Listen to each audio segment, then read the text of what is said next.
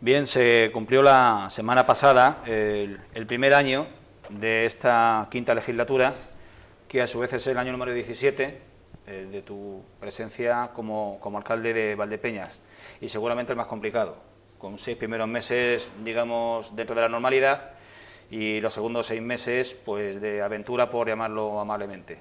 ¿Ha sido el año más complicado desde que llegaste a la alcaldía?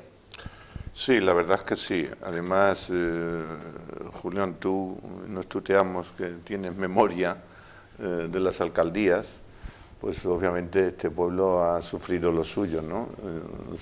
Yo cuando llegué a la alcaldía, la situación económica era muy delicada, lo pasamos muy mal con aquello de hacer quitas y demás, y fueron 3 meses muy desagradables hasta que se regularizó la situación. Luego nos han venido 6 riadas, de las que llevo yo contadas, 2 muy complicadas, hasta que pusimos en marcha la zona norte del plan de tormentas. Luego hemos tenido situaciones trágicas de asesinatos, y todo eso genera una tensión, pero claro, eso son tensiones puntuales del momento, que las controlas y pasan. Pero claro, esto de la pandemia han sido 3 meses todos los días, a cada minuto y a cada hora era una tensión. Y luego, sobre todo, lo peor de todo esto es que nadie está preparado para ello, ¿no? No había una carta de navegación, había que improvisar a cada momento, desdecirse a cada momento. Decisiones que también eran muy confusas, ¿no? La de oiga, que es que hay que fumigar todo el pueblo, y luego te decían, oiga, pero si esto de fumigar todo el pueblo no sirve para nada, porque si nada más pasa el fumigador, detrás pasa uno y estornuda y llega otro y lo coge, entonces no se puede estar fumigando constantemente, ¿no? Luego las bajas que el miedo motivó, y es entendible humanamente. Otra cosa es que ahora hagamos un análisis de nuestros compromisos con la sociedad, pero las múltiples bajas que se ofrecieron en determinados servicios, donde la gente se daba de baja porque tenía miedo, lógicamente, a contagiarse, pero al mismo tiempo aquellos trabajadores que se estaban dando de baja son los que servían a las personas mayores, que son las que más necesitaban la ayuda a domicilio. Luego el tema presupuestario, la legislación está hecha habida cuenta de la porquería que hemos mandado los políticos a través de la corrupción. Nos hemos autodotado de una administración tan encorsetada para evitar la corrupción, que cuando llega una situación de esta, librar 100 euros necesita una modificación presupuestaria, un informe, y los 100 euros se necesitan ahora mismo, no dentro de 15 días cuando la ley lo permite. Entonces, todo eso, pues sí, ha sido muchas tensiones y, en fin, por ser tasativo a tu pregunta y no extenderme, sin lugar a dudas, pero no creo que en mi caso, para cualquier alcalde o alcaldesa, esto ha sido una prueba de fuego y nada equiparable a ninguna otra circunstancia que se haya podido dar con antelación al tema. Cuando, antes de que comenzase el año, bueno, las perspectivas eran de una legislatura plácida, dentro de la placidez que puede permitir una política con tantos grupos municipales, con 6 grupos municipales. Pues vino lo que vino, con lo cual los presupuestos de 2020 valdrán para poco. ¿Se van a ir introduciendo enmiendas, remiendos Bueno, o se van a revisar por completo? efectivamente, lo dices bien, ¿no? Yo creí que esta iba a ser una legislatura muy cómoda. Teníamos concedido los fondos europeos dentro del plan ERUSI, el plan de inversiones, que eran necesidades, no diré perentorias, pero sí prioritarias, para cerrar ya todo el circuito urbano y quitar los defectos que podíamos tener. Pero al final esto ha acabado, me acuerdo mucho de mi abuela, ¿no? Cuando yo le contaba, cuando era un niño, y le contaba como todos los niños ínfulas, y mi abuela me dejaba escuchar, y cuando terminaba decía, Jesucito, lo bien que lo estás pensando y lo mal que te va a salir. Pues esto es lo que ha pasado aquí, ¿no? Se preveía una legislatura tranquila, la situación económica del ayuntamiento era y es muy buena, de momento, ahora veremos ya el año que viene. Pero bueno, ha venido esto, de donde viene que el hombre propone y Dios dispone. En cuanto a los presupuestos, sí, vamos a tener muchísimas modificaciones, creo que vamos por la 17 o la 19, y 2 más que van a este pleno. Y es lo que te decía, de que nos hemos dotado de una legislación tan encorsetada para evitar la corrupción, que ahora mover una silla pues hace falta un expediente, un acuerdo plenario y una publicación en el boletín oficial del Estado y 40 días para que nadie la recurra, si la recurra, resolver el recurso, y todo eso ralentiza de una manera brutal la administración. Y obviamente pues este año va a ser un año muy atípico y posiblemente en cada pleno vaya una o dos o tres modificaciones presupuestarias, porque luego también las modificaciones presupuestarias, y este es un lenguaje muy árido para el ciudadano de a pie, depende de que sea dentro del mismo presupuesto, que se cambie de un capítulo a otro y de una partida a otra, depende de que sea de un superávit, depende de que sea un remanente y demás. Pero bueno, a mí esas partes es adaptarse al sistema, el sistema es el que nos hemos dado nosotros mismos y por lo tanto es ir solventando, ¿no? Lo demás, pues sí, me gustaría poder tener una mayor capacidad de diligencia en adoptar los acuerdos para ejecutarlos. Pero en ese sentido también tengo que decir que con 6 grupos políticos al otro lado queriendo sentarse donde yo estoy en el legítimo derecho democrático, es verdad que al principio un par de grupos o de portavoces se tiraron, en fin, de una manera que yo creo que no era el momento, ni el lugar, ni la circunstancia, ni lo que se proponía, pero después tengo que agradecer en su conjunto a todos la lealtad institucional que en otras localidades tampoco se ha dado, ¿no? De hecho, tenemos pendiente que a mediados del mes que viene, que ya tendremos cerradas todas las cifras para saber de lo que hablamos, vamos a juntarnos para ver cómo resolver a medio y largo plazo. Cuando digo medio, digo este año y el que viene, porque el presupuesto del año que viene va a ser, en fin, va a tener su aquel, y a largo plazo para cerrar la legislatura, en el que lo primero tienen que ser las personas y por otro lado tenemos que seguir ejecutando una serie de inversiones, primero que están en marcha, que son muy potentes. No hay que olvidar un dato, Nosotros en este año, a pesar del interín de estos 3 meses que no sé si tienen que contar, en la memoria de los pueblos que cuenten, pero en lo demás podríamos haberlo olvidado, este ayuntamiento ha ejecutado 12 millones de euros en inversiones. Y muchas de ellas no están terminadas, y muchas de ellas eran fundamentales, y muchas de ellas siéndolo, nos habíamos acostumbrado a que no lo fueran, y ahora hay que ejecutarlas. Por ejemplo, a mí no se me olvida que en los 17 años que llevo, en la curva del Peral han muerto 5 personas. Bueno, ya van a empezar a hacer esa macro rotonda para dar unos accesos de seguridad. Oye, librar eso, bueno, pero eso cuesta $500.000 de euros. El parque empresarial Entre Caminos, como la segunda fase se acabó cuando acabó lo del ladrillo, pues ahí se quedó sin ejecutar un vial que es fundamental para darle una buena comunicación al parque empresarial viniendo desde Andalucía, y ejecutar ese vial que está puesto ya a la circulación. Ahora falta señalizar en la autovía para que se sepa que existe, pero ha sido otro $1.000.000 de euros. Y luego esta ciudad se ha dotado en los últimos 30 años de una cantidad de infraestructuras fundamentales, pero que como pasa en las casas, Julián, las infraestructuras, las cortinas hay que lavarlas y las paredes se esconchan. Y hemos tenido que darle una vuelta porque se nos caían las losas de mármol del auditorium, y esa cosita que ves ahí ha costado 80.000 euros. Y los motores que tenían, si queremos seguir manteniendo una actividad cultural y social de vida, pues lógicamente tenían ya 25 años y ya no cumplían su función, y cambiar ese varal ha costado 350.000 euros. Quiero decir, cosas que el ciudadano de a pie en la calle no ve, que va a llegar al teatro y el teatro sigue funcionando, pero que mantener esas infraestructuras llevan aparejado un esfuerzo inversor tremendo. Entonces, en esa línea tenemos que dibujar con la oposición, porque además yo creo que en eso van a estar de acuerdo. Ellos no tienen que renunciar a su crítica, ni tienen que renunciar a sus postulados, ni tienen que renunciar a sus iniciativas, ¿no? Aunque algunas en estos momentos salgan de madre. Pero yo creo que a ellos también les interesa que si dentro de 3 años en las elecciones municipales uno de ellos o uno de los partidos fuera el que se tuviera que sentar aquí, yo creo que va a querer esto tener más o menos bien colocado. Entonces, en ese sentido, yo creo que vamos a llegar a acuerdos. Esa mesa de reconstrucción, o como se le vaya a denominar en Valdepeñas, porque esa es la terminología que se está adoptando en otros ayuntamientos y en instancias superiores, tienen que tener una base, supongo, de cierta cohesión o unidad o de tregua política en espera de que esa pugna se retome, se reanude en tiempos más propicios. Yo creo que la tregua política no se va a dar, ¿eh?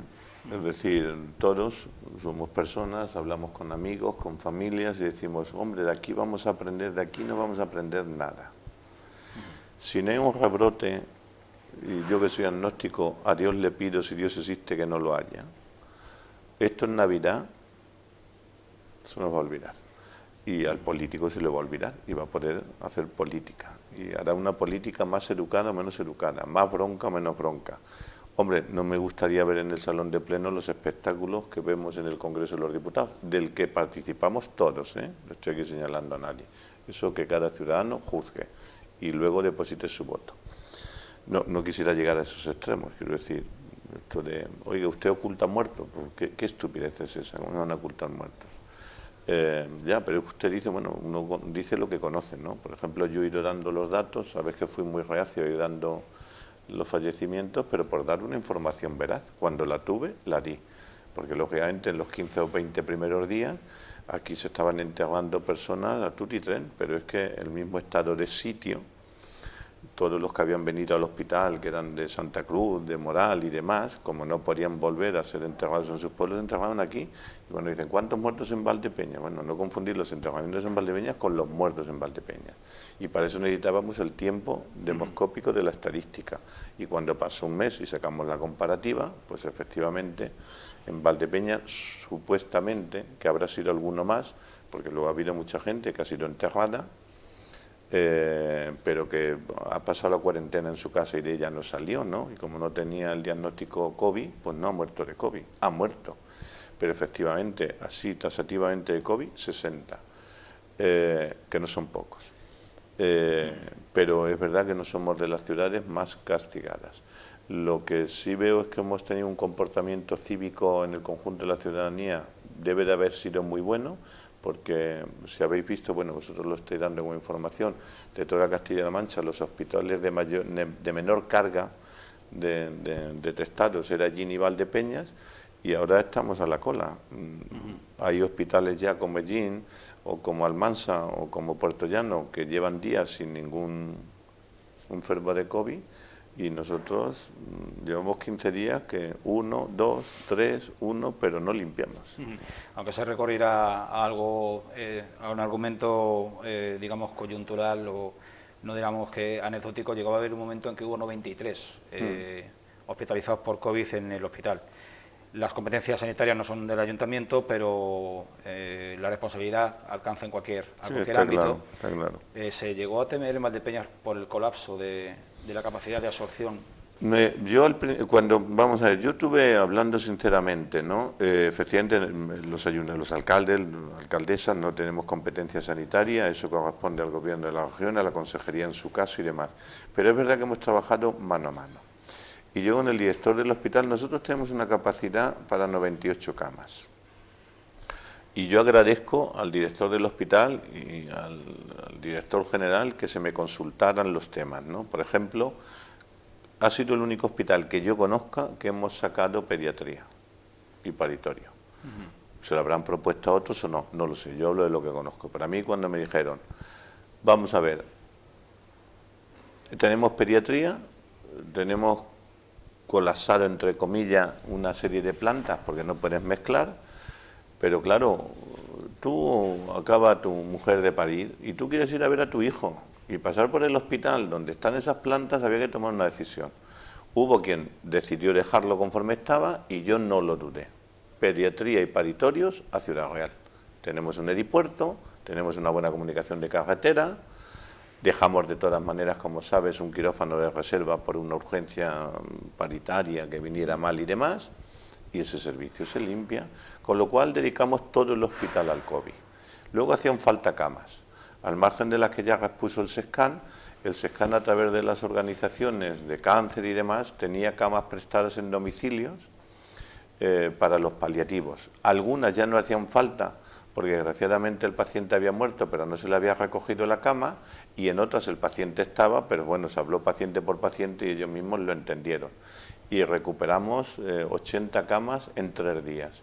tuvimos que ir a Castellar, a Santa Cruz de Mute, bueno, a todo lo que afecta a Infantes, a todo lo que afecta el territorio de la zona sanitaria de Valdepeñas.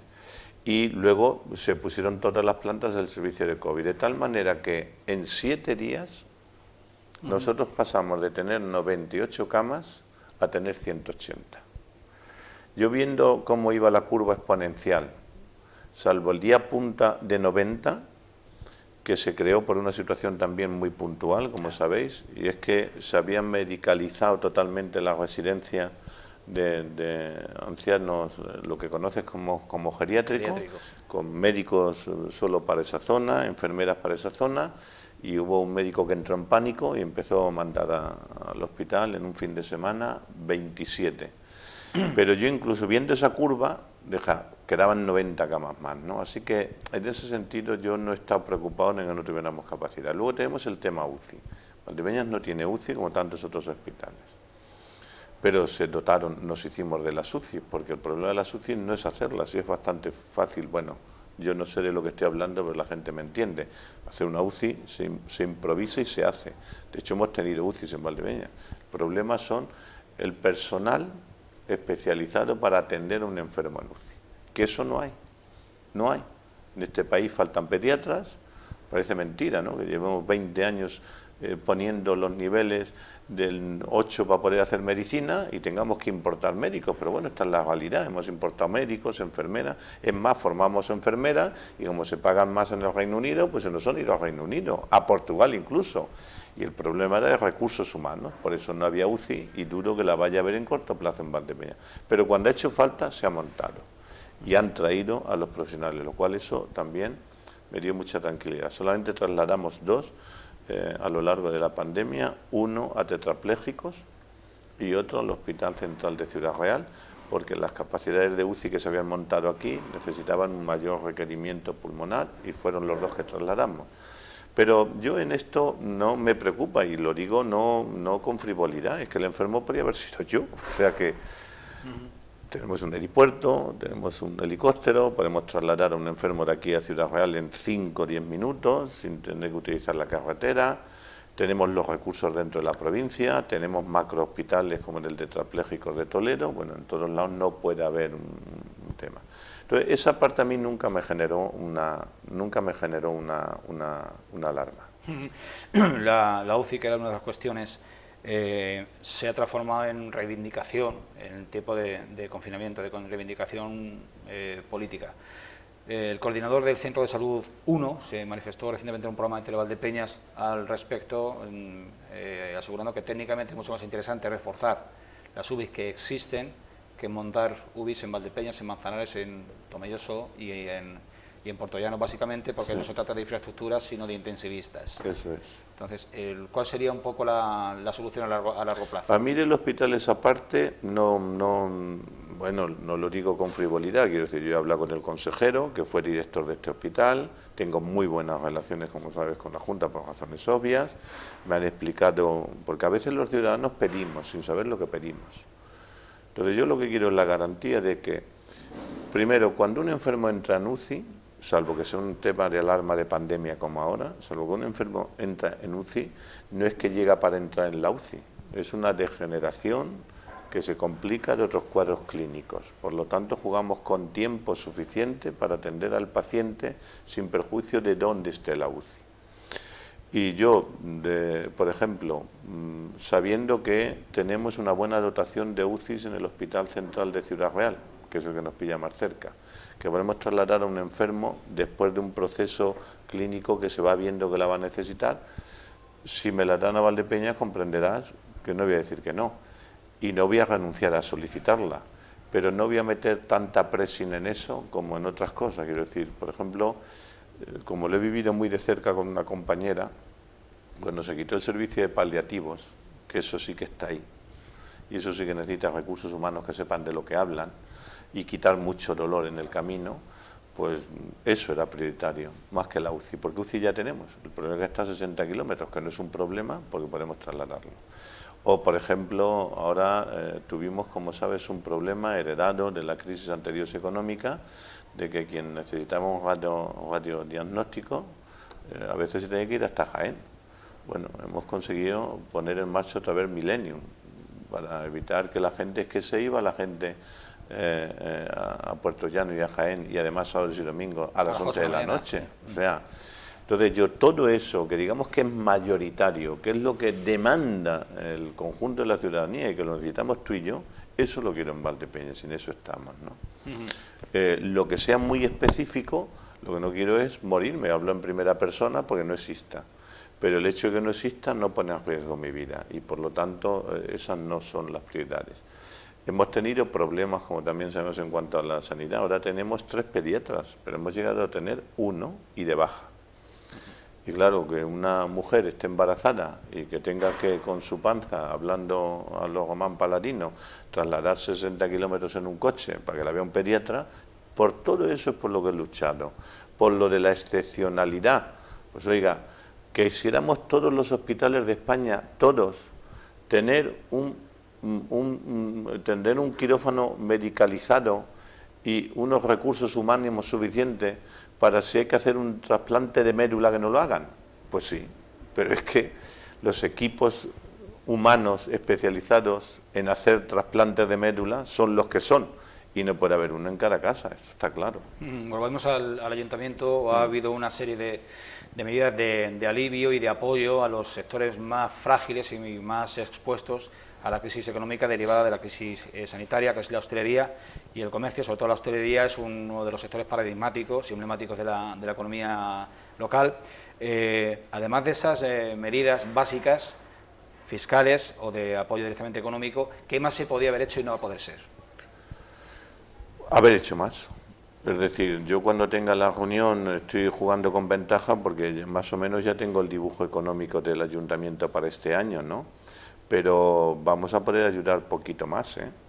Es decir, el problema es cómo se ayuda, ¿no? Yo no juzgo a nadie, ¿no?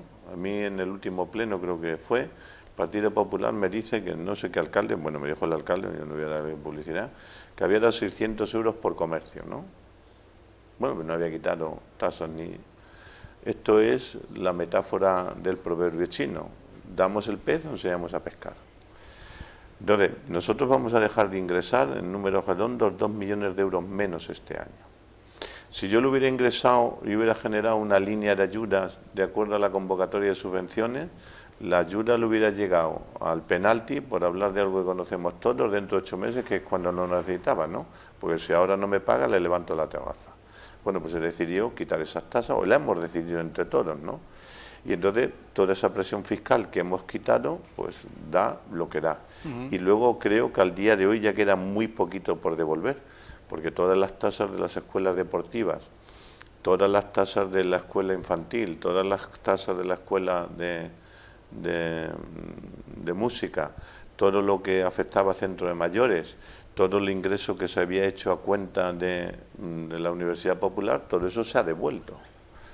¿El Ayuntamiento de Valdepeñas ha podido hacer eso? Sí. ¿Por qué lo ha podido hacer? Porque tenía una tesorería saneada de los remanentes de años anteriores y de superávit. Pero eso no es un pozo sin fondo, eso se acaba. Vamos a ver cómo cerramos el año, porque los presupuestos del año que vienen pues van a ser Pelé, Melé y la mujer, que es pagar la luz, el agua, el teléfono y el gasoil para los colegios. Y el capítulo de inversiones va a ir referido única y exclusivamente a lo que tenemos comprometido con Europa, porque sería de triste chiste que perdiéramos 6 millones por no tener un 10%, ¿no? Preguntábamos en la videoentrevista del mes de abril cuáles de las infraestructuras que estaban previstas de ejecutar en este año si van a ver afectadas o perjudicadas o retrasadas. Ahora amplío un poco el sentido de la pregunta. ¿La crisis del COVID va a afectar al conjunto de la legislatura? Hombre, va a afectar porque nosotros estábamos muy bien económicamente, íbamos muy bien, hemos podido hacer lo que hemos hecho, y de haber tenido esa caja a no tenerla, pues hubiera hecho hacer más inversiones o menos, ¿no? Pero te diré una cosa, no es que vamos a ver, hay que acabar lo que está en marcha, está claro. El paso subterráneo para comunicar el barrio de San Pedro con el casco histórico, ¿se va a hacer? Sí. De hecho, este pleno va a la redacción del proyecto. El canal tenía que estar terminado en el mes de noviembre de este año y va a estar en el mes de septiembre el que viene, sí, pero seguimos haciéndolo. Pero luego las infraestructuras más importantes de las carencias que yo consideraba, o el equipo de gobierno considerábamos como era, no tuvimos nunca comedor escolar. Y claro, pones el servicio y generas la demanda. Lo pusimos en el Lucero porque era el único lugar donde había espacio para hacerlo. Y eso nos dio cuenta una línea de Uberbooking. Bueno, pues hemos puesto ya el de Luis Palacios, ¿no? Y ese ya está en marcha. Por lo tanto, yo creo que hemos consolidado bien esos servicios que se daban. El servicio de autobuses, como se paralizaron los plazos, ¿podríamos tener ya los autobuses? Sí. ¿Y ahora los autobuses van a llegar a final de año? También. Pero es otro servicio que se va a recuperar y que está presupuestado. Inversiones deportivas como el circuito deportivo tan prometido y tantas veces fallado de la zona de atletismo en el Parque Cervantes, pues está en marcha y casi terminado. Cubrir las pistas que nos comprometimos para que sean útiles a lo largo de los 365 días al año de pádel y de tenis, pues se está ejecutando y se va a continuar ejecutando. Teníamos también una carencia fundamental para revitalizar el comercio que ahora nos ha venido muy bien, y es que habíamos perdido los autobuses interurbanos de todos los de la comarca que traía gente a Valdepeñas y se las llevaba, ¿no? Bueno, ahí la Junta, afortunadamente, supongo menos mal, porque el contrato está adjudicado y el servicio está en marcha, ¿no? Porque si nos pillara ahora, posiblemente los recursos de la Junta no permitirían invertir, que se han invertido 400.000 euros en que Valdepeñas tenga, junto con otras comarcas, una línea de autobuses interurbanos que nos trae a gente que al final come aquí, compra aquí y vuelve a sus localidades, ¿no? Todo el tema que tenemos pendiente de la Smart City, que está a punto de acabar, que nos va a dar una diferenciación más universal y que en el conjunto de aquel proyecto que era Red.es eran 800.000 euros, se va a finalizar, sí.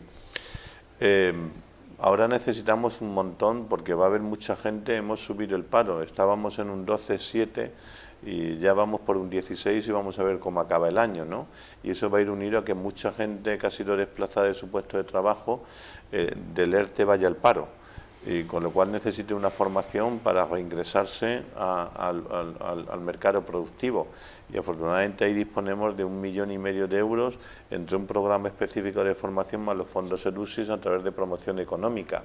Entonces no me preocupa, quiero decir, me preocupa en mi vanidad, joder, de no haber tenido que la enfermedad o la pandemia nos haya metido en el cajón y nos haya quitado 2 millones o 3 millones de euros, hubiera hecho además, eso me voy a callar lo que hubiera hecho. Bueno, eso va a unir a la vanidad, pero todo lo que había que hacer, Valdepeñas va a salir bien. La administración digital desde años A es uno de los argumentos a los que has dado más valor de cara a la opinión pública. Ahora, por las circunstancias no previstas, se le ha sometido a la administración digital a una prueba de estrés. ¿Cuál es el resultado? Que ha superado espectacularmente. Sí, estas cosas son, Julián, de las que cuentas y la gente no la ve, porque a mí si me la contara el alcalde tampoco la vería. Pero aquí, en plena pandemia, cuando el país estaba totalmente paralizado, quien ha tenido que tramitar una firma digital, se le ha tramitado. Online, pero se la ha hecho. Quien ha necesitado un certificado, no ha tenido que venir, se la ha hecho. Y si no sabía cómo tramitarlo, se lo hemos hecho per se para ad hoc a ellos, ¿no? Aquí los plazos se han paralizado por ley, pero en realidad no hemos parado la administración en ningún momento. Tener también las plataformas de YouTube y demás, pues oye, algo habrá ayudado a los peques con el esfuerzo que ha hecho Cultura. En el caso, por ejemplo, de promoción económica, hay un montón de comerciantes que no sabían dónde estaban, porque esto es lo que te digo, no había una carta de navegación y la concejalía estaba atendiendo 365 días, 24 horas al día, incluidos sábados y domingos. Así es que efectivamente la administración digital es obvio que es el futuro, pero cuando cuando el ciudadano ha percibido la gran inversión y el esfuerzo que ha hecho la ciudad en ese tema ha sido ahora, porque ha llegado al ayuntamiento y el ayuntamiento no estaba cerrado. ¿Y la administración presencial y los servicios han desescalado al 100%? Sí, ahora mismo sí. Hay algunos que los tenemos por prudencia quitados, como el gimnasio, que no se va a abrir, de musculación me refiero. Las piscinas se van a abrir, hemos trabajado todas las piscinas de la provincia, los concejales se han puesto de acuerdo para porque ven más cuatro ojos que dos. Es verdad que uno va a llegar, va a estar solamente una hora, creo que es, se va a poder dar un baño, va a poder salir, no va a poder utilizar los servicios. Y antes te ibas a la piscina a las 9 de la mañana y te volvías a las 8 de la tarde y comías allí. Pues todo esto de momento se ha acabado, pero el servicio se va a seguir dando. Vamos a abrir además todas las piscinas, la de Peral, la de Consolación, las dos que tenemos dentro del pueblo, de lo que es el casco urbano histórico. Así es que esa parte presencial sí, no, las escuelas deportivas se van a mantener dentro de los niveles que podemos darlos. Las escuelas de verano ya están anunciadas.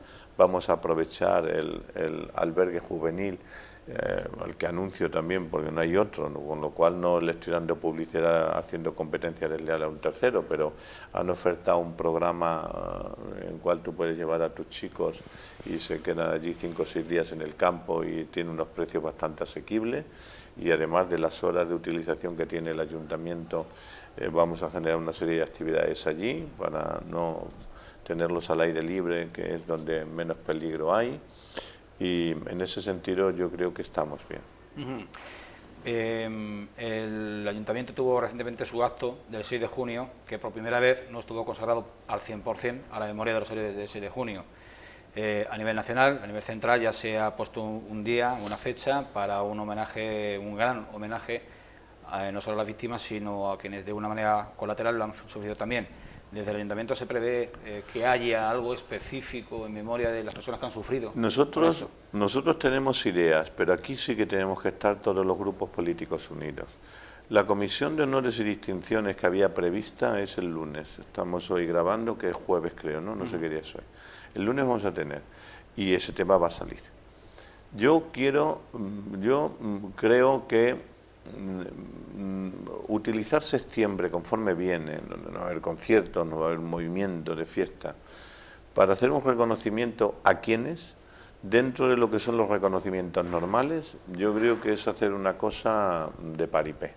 Y esto necesita un homenaje emotivo dedicado única y exclusivamente a los héroes que ha habido, que son muchos, y no todos son médicos, Entonces yo le voy a proponer en esa comisión, aunque ya lo he hecho de alguna manera verbalmente, a los portavoces, que nos sentemos fuera de esa comisión, que es la que va a este pleno para los honores y distinciones de septiembre, y fijemos el día, si es a nivel nacional o el que hemos dedicado nosotros, que hemos movido el festivo de agosto, como sabes, a noviembre, y ahí tenemos que montar un acto multitudinario con todas las precauciones debidas y, si es posible, donde podamos participar los más posibles.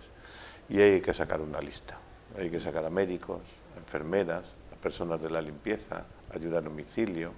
Hay que sacar a las ONGs que no tienen publicidad, pero ahí ha estado Caritas, ahí ha estado Cruz Roja, ahí ha estado Proyecto Hombre incluso, de chavales con adicciones, de drogadicción, a los que se les ha estado atendiendo, jugándose la vida al monitor. Entonces, tanta la gente que esto, si lo queremos hacer bien, es vísteme despacio, que llevo prisa.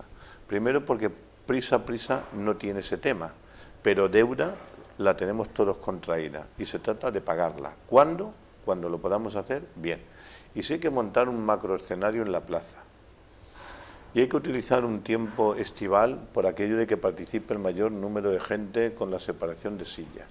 Y si tenemos que llamar a no sé qué médico, a no sé qué enfermero, a no sé qué sacerdote, que también han estado ahí ayudando la Iglesia, a no sé qué representante de Protección Civil, a no sé qué representante anónimo, que desde el ayuntamiento a nosotros hay gente, y la hemos usado, que nos daba su teléfono para que fuera a cuidar a un mayor, y eso no lo conoce la ciudadanía en general, pero habrá que coger un ejemplo de esa persona, que algunas eran hasta mayores.